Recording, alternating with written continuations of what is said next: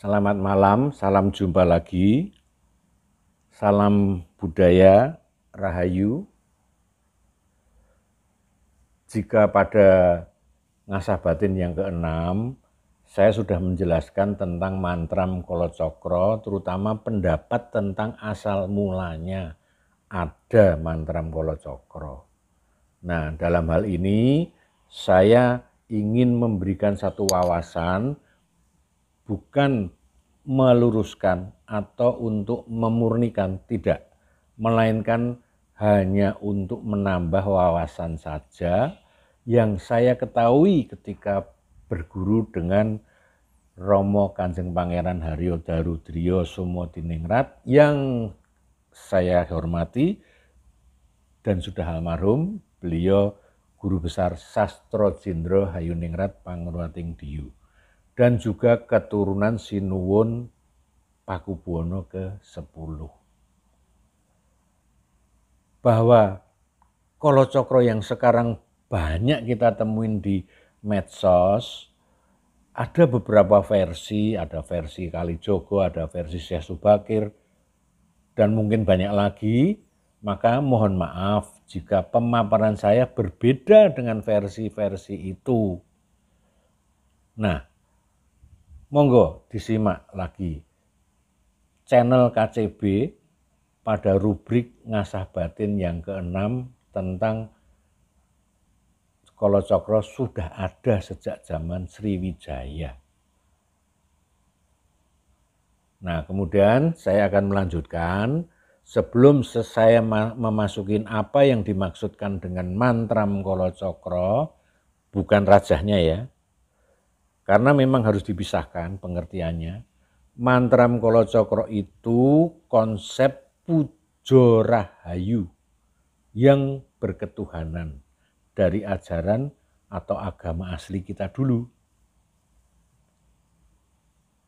Nah, kemudian konsep itulah yang baru melahirkan ideografi yang disebut rajah. Jadi berupa gambar. Gitu. Pengertian dan pemahaman mantram Kolocokro ini tentu kita perlu memahami falsafah sedulur papat kalimo pancer. Pada video yang lalu ya, pengasah batin ketiga, sudah saya jelaskan tentang falsafah sedulur papat kalimo pancer. Mungkin sekarang saya ulas sedikit ya, bahwa falsafah sedulur papat kalimo pancer adalah falsafah Jawa kuno yang memiliki makna spiritual tentang proses kelahiran manusia atau jabang bayi yang tidak lepas dari 4 materi penyertanya. Materi penyerta itu dimaknai atau disebut sebagai sedulur atau saudara. Saudara yang tak kasat mata, yang akan menyertai setiap orang dari lahir hingga kematiannya. Nah, ini materi-materi penyerta itu antara lain ya, air ketuban kakang kawah ya, yang berfungsi untuk melindungi kita, karena air ketuban itu bayi janin kita aman dalam kandungan. Dan sebetulnya secara metafisik ya, dia tetap ada dan dia sebagai penjaga dan pelindung kita manusia. Kemudian ari-ari ya, ari-ari atau plasenta. Fungsi ari-ari adalah sebagai saluran makanan bagi janin dalam kandungan. Secara metafisik juga merupakan saudara yang tak kasat mata. Yang memelihara hidup kita itu bisa aja makan tetap. Karena secara metafisik kita dipelihara oleh materi tak kasat mata dari ari-ari. Puser merupakan tali penghubung kita dengan sang ibunda sebagai saudara tak kasat mata yang kekuatan metafisiknya pada pembentukan keimanan. Jadi bayi itu sudah berkomunikasi melalui perasaan ibunya. Ada gembira, perasaan sedih, cemas, dan lainnya dirasakan. Dan bayi itu sudah dialog. maka terbentuk keimanannya sejak dalam kandungan.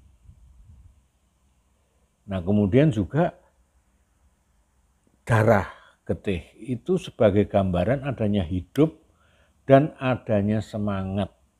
Secara metafisik dia adalah saudara kita yang memberi semangat, memberi ambisi, juga menimbulkan naluri persaingan dalam kehidupan. Nah, jadi sedulur papat, kalimonya pancer. Yang kelima itu pancer adalah roh suci kita, jiwa kita sendiri. Nah, keempat saudara ini memiliki posisi yang disebut kiblat papat, yaitu timur, selatan, barat, utara, yang kemudian terhubung sesuai dengan pakem Jawa. Misalnya pada hari-hari Jawa yaitu Legi timur itu puser, Paing selatan itu kekuatan metafisik darah, Pon di barat ya, kekuatan metafisiknya adalah dari materi kakang kawah ya, atau ketuban ya. Wage utara itu metafisiknya dari Adi Hari-Hari, dan Kliwon pancer aku jagat roh suci jiwa kita. Nah, posisi manusia berada di bumi ini menginjak Ibu Pertiwi adalah di tengah mata angin dan di atas dipayungi Bopo Akoso. Inilah jagat cilik. Sedangkan semesta yang luas adalah jagat gede. Karena kita menghayati dan kita meyakini bahwa tentang manunggaling kawula Gusti, dari paham itu tersimpulkan semacam analogi-analogi atau persamaan-persamaan bahwa konstruksi atau bagian-bagian dari tubuh kita itu juga similar atau analog dengan yang ada di semesta. Maka pada upacara-upacara besar akan dibacakan mantram Kalacakra ini. Mantram Kalacakra ini antara lain juga menyatakan itu, menyatakan bahwa ini adalah ini di semesta, ini watak ini, itu semuanya berkait terus. Nah, terutama upacara-upacara ruatan bumi, bersih desa, kemudian juga untuk doa-doa untuk jagat raya dan dunia, itu mantram Kalacakra pasti dibacakan. Nah, begitu pula pengertian-pengertian yang ada. Mantram Kalacakra ini seseorang bisa sakti mandraguna katanya. Ini pengertian umum yang sederhana. Padahal yang dimaksud bisa sakti itu karena menebus ilmu-ilmu dari bagian yang ada di mantram Kalacakra. Jadi ada ilmu kebal senjata, kebal api, bisa menghilang, macam-macam dah. Ya, itu diambil saripatinya dari mantram Kalacakra yang oleh leluhur kita diramu menjadi ilmu tersendiri. Maka di dalam mantram Kalacakra itu juga menyebutkan tentang ilmu Gembolo Geni, tentang ilmu macam-macam. Jadi semuanya itu terkait ada di dalam mantram Kalacakra itu. Jadi seperti ilmu lembu sekilan, lebur saketi, sepi angin, wewe putih untuk ngilang dan banyak lagi itu tetap harus ditempuh atau ditebus secara parsial. Itu harus dilakoni juga, artinya tidak hanya dengan membaca mantram Kalacakra orang langsung sakti, tidak, itu harus dilakoni. Itu parsial, itu bagian-bagian dari intisari mantram Kalacakra tadi, ada ilmu-ilmu itu. Nah, kemudian dalam wejangan mantram Kalacakra biasanya juga dibuka pembacaan bait-bait kalimat yang panjang dan menghanyutkan. Terus panjang sekali sehingga kita memasukin suasana meditatif sebelum wejangan Raja Kalacakra. Nah, kemudian setelah itu diekspresikan oleh leluhur beribu-ribu tahun yang lalu, dan kita di dalam wejangan kita seolah-olah merekonstruksi, yaitu membuat ideografinya, yaitu membuat rajanya. Nah, kalau di dalam Sastra Jendra, wejangan Sastra Jendra Hayuningrat menggelar Setambah Ketan Item dan Parutan Kelapa menggambarkan raja. Jadi pesertanya mengikuti pesertanya. Maka itu jadi kita sudah saya jelaskan tadi, Mantram Kalacakra bukan raja. Harus dipisahkan pengertiannya. Ya.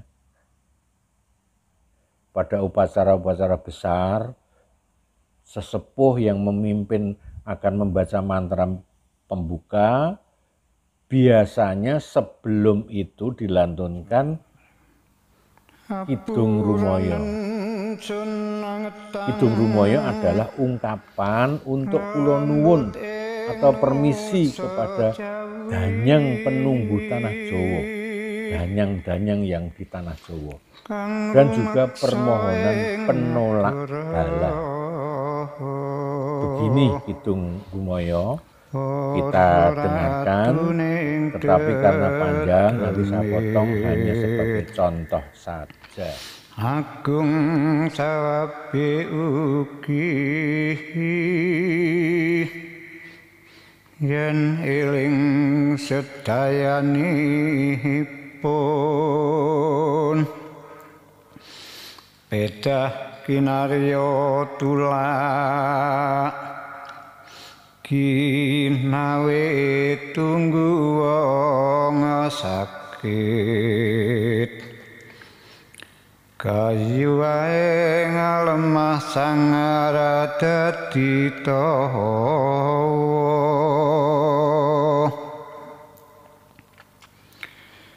kang rumiyin ing bang wetan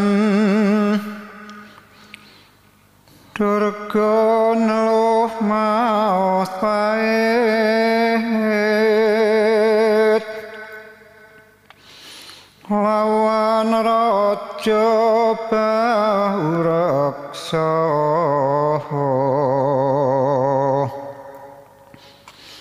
iku ratuning dedemit blambangan kang winani awasta sang bala batu aran Butalocaya kang arumeksa ing Kadiri Prabu Yaksa kang rumeksa Giripura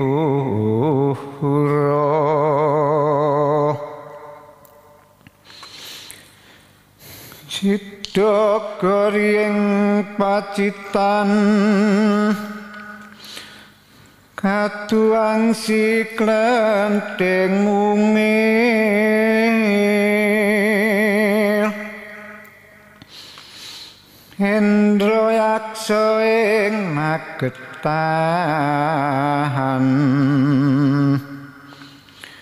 Jenggala si tunjung putih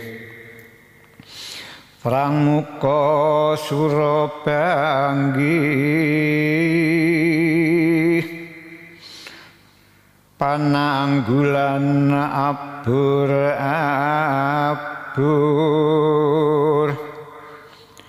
sapu jagat ing Jipang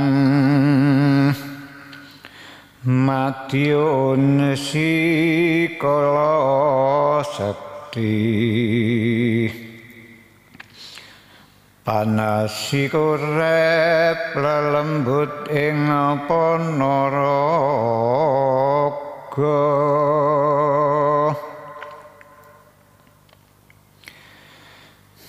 Singa barong jagaraga macenang tranggile ngawesi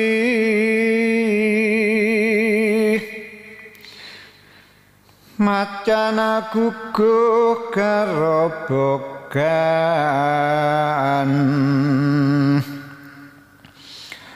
kala jangga Singasari saringat baru kuping bali tarasi kala katung buta kurda ing rawa kalang breci sekar gambir carup awara kang rumeksa ing lamongan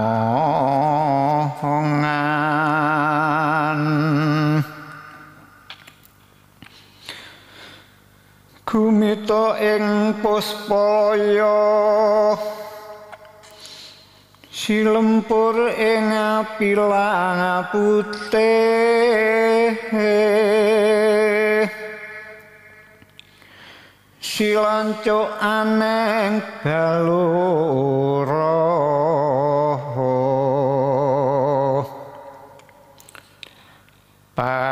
pagambiran kala sekti kedung geneni jenggi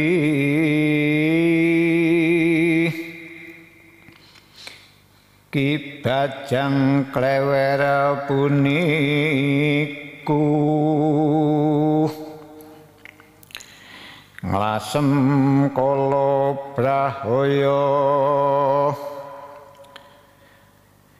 Sidayu si cicing murti Ki Jalangka ing candhi Kahyanganira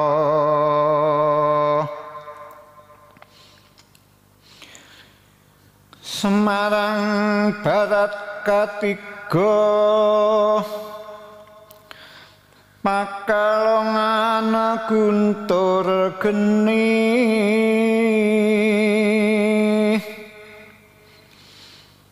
Pecalangasi Sambang Yuda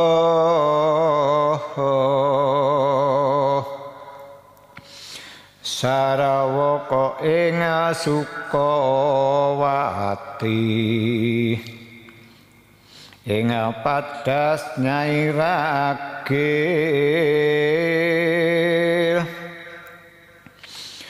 Jaya Lelana ing Suruh Buta Trenggiling Tegal ing Tegal si Gunting Geni Kaliwungu kutuk apik kang rumeksa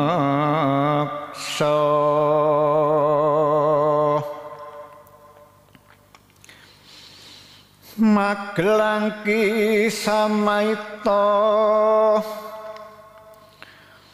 Dadung awuk kesenengge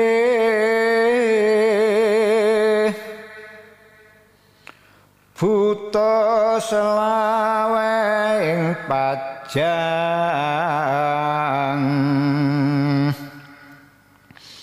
Mondo-mondo ing Matawe Begitulah kira-kira Kidung Rumoyo. Nanti kita lanjutkan dengan Mantram Kalacakra. Jadi sampai di sini dulu. Salam budaya. Rahayu. Kartosuro Cirebon setan kok beri